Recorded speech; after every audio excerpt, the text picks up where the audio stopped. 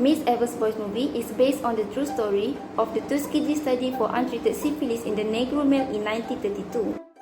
She was involved in a federally funded program to treat patients among African Americans infected with syphilis in Tuskegee, Alabama, which only involved the black men's participants. Over time, this research had turned into the shocking human experiment we call it as Tuskegee study, as the initial funding of the experiment was progressively decreased. The patients were not given the penicillin treatment that was already available.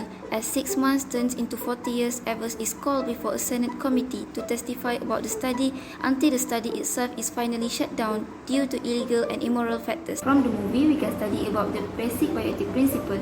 Autonomy and dignity can be related together, as both has focused on respecting for the people's rights. Beneficence refer to the ability to provide a benefit to another, and this is also associated with the non-maleficent principles, which act as a duty to stay away from causing harm towards others. The film also shows an injustice toward the black American in the Tuskegee study, and this is also can contribute to the racism issues. It was not necessary for the study to be conducted, neither in the past, nor today, nor in the future, as it does not follow any bioethics principle which comprise autonomy, dignity, beneficence, justice, and non-maleficence. In the movie, it was clearly shown that the participants are not provided with informed consent. Here we know that the participants are not aware of nature and risk of the study, as well as denied access to the treatment until the study was ended. The participants were informed that they get bad blood and were promised to get free treatment, free meals, and free burial insurance if they participate. Being unprivileged people in white country, they accept the offer as they thought it would benefit them. However, harm was done on participants and no benefits for them in the study.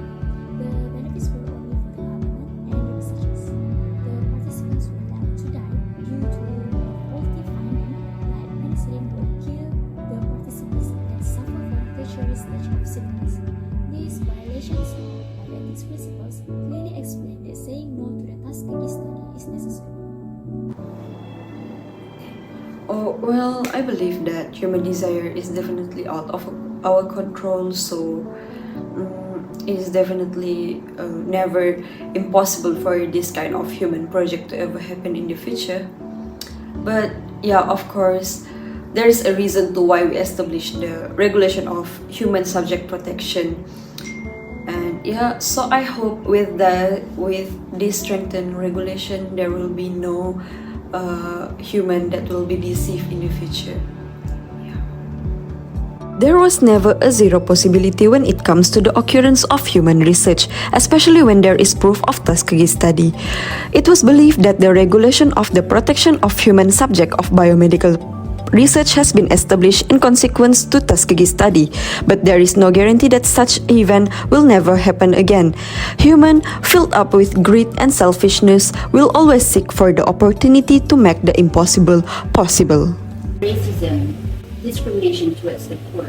This study obviously only targeted black people, and even non-white people have been selected. And even worse, the fact that all of the individuals that have been recruited is come from the poor family living in the rural area, no education, and American African. The action of recruiting them is actually very cool because they don't really understand the purpose of the study. The nurse was actually in disbelief when she realized that these black people will never get the right treatment. However, she continued to participate in this life, where actually it all ended up all the Tuskegee men who never and remained untreated until the late 1960s. One by one of the men had been dead. Her action was actually complicit and fully unethical, but she does have some little hope that all these black people will be treated with the right treatment. After so many years, Miss Evers' passivity finally erupts in an anger in court, and she tells these men all in white, they will have been treated. Overall, there are many things that we can learn from the movie. It opens our eyes to the discrimination faced by the black people, not only in the movie but also in the reality.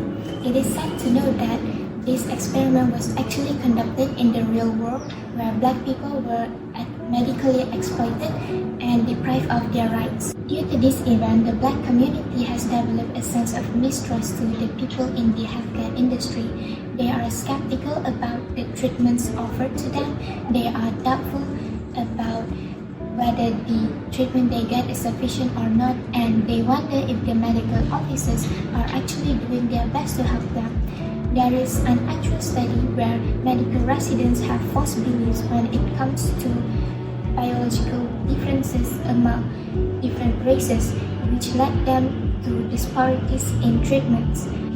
We can only hope that over time there will be more people educated about discrimination, hence everyone, regardless of their skin color, will have the same access to the same treatment that abides by all the bioethics principles by medical officers.